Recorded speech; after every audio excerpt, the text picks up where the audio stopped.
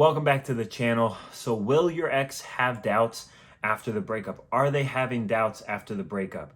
In most cases, yes, your ex will start to have some doubts after the breakup has happened. But right now, they are still in a place where they are happy with the breakup. They are in the relief stage right now. They are focused on themselves. They are focused on their life and just trying to live their life peacefully. But just because that's where they are, just because they are in the relief stage right now, doesn't mean that they won't ever have doubts creep into their mind about their relationship ending, especially if you guys had a pretty good relationship, and especially if you didn't do much chasing and begging and pleading after, the initial breakup. What are relationships about? Relationships are about giving to another person. They are about coming together and sharing your completeness and giving to that other person and not expecting anything in return. And right now, your ex isn't ready to just give to you. Your ex can still miss you and think about you, but they can not be ready to give to you. They can still have those thoughts, but not want to go and, give to you in a relationship in a healthy way. And that is why patience is so very important when you're dealing with your ex and when you're going through a breakup. You can't force them to just come and jump right back into a relationship with you. Just like you can't force anyone in general to come and get in a relationship with you. That is why you need to give them time to get to that point. You need to give them that time and space that they're asking for. You need to let them get to that curiosity stage to where they start to think about you and those doubts start creeping into their mind more and more. If you do want to get your ex back and save your relationship, make sure you click the link in the description below. I know that I can help you and I would really love to work with you. Now, obviously something drove them away, right? Something got them to the point where they wanted to break up.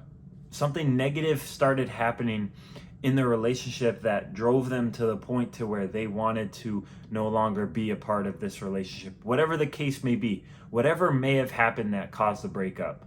They still have a thought in their mind and they still have the mindset of rekindling this relationship may not be the best idea. It may not be, the best thing to do.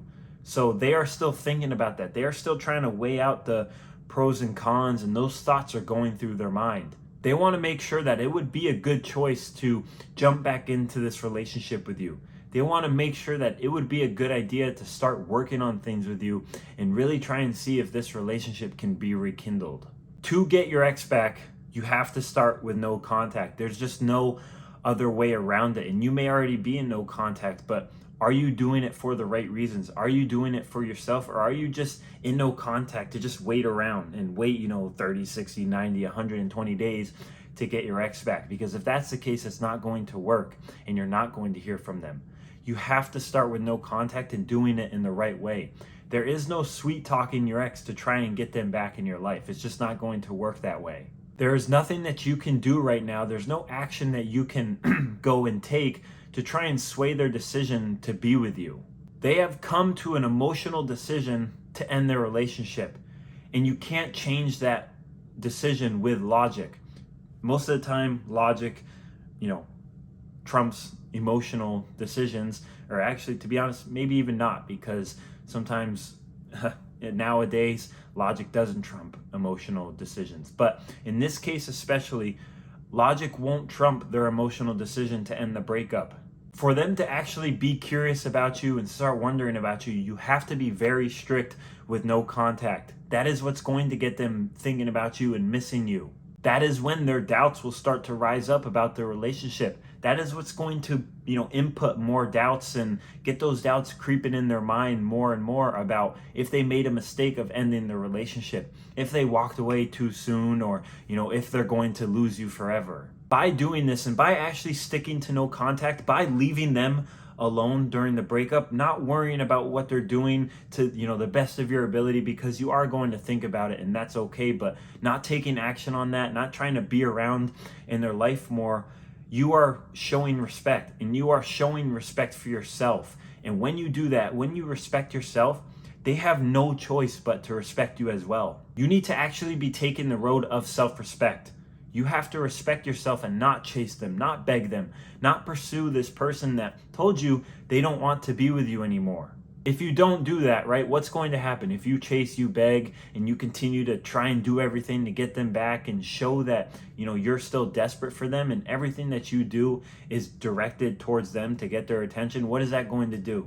That's going to drain the respect that they have for you. That's going to lower that respect, and it's going to push them away further. It's not going to make them feel like it's a good idea and a good choice to come back into your life and try to work on things. Now, what do I always say, right? It's not a guarantee that your ex is going to come back, because unfortunately, not all exes come back. Sometimes a relationship has played its part in your life.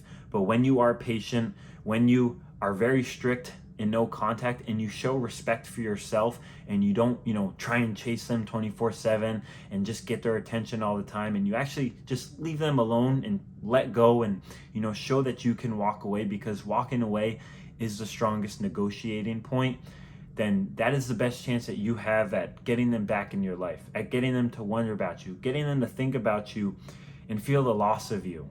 If you did take some value away from this video, make sure you like and subscribe right down below. And if you do want to work with me to get your ex back, click the link in the description below. I would love to work with you, and I will see you in the next video.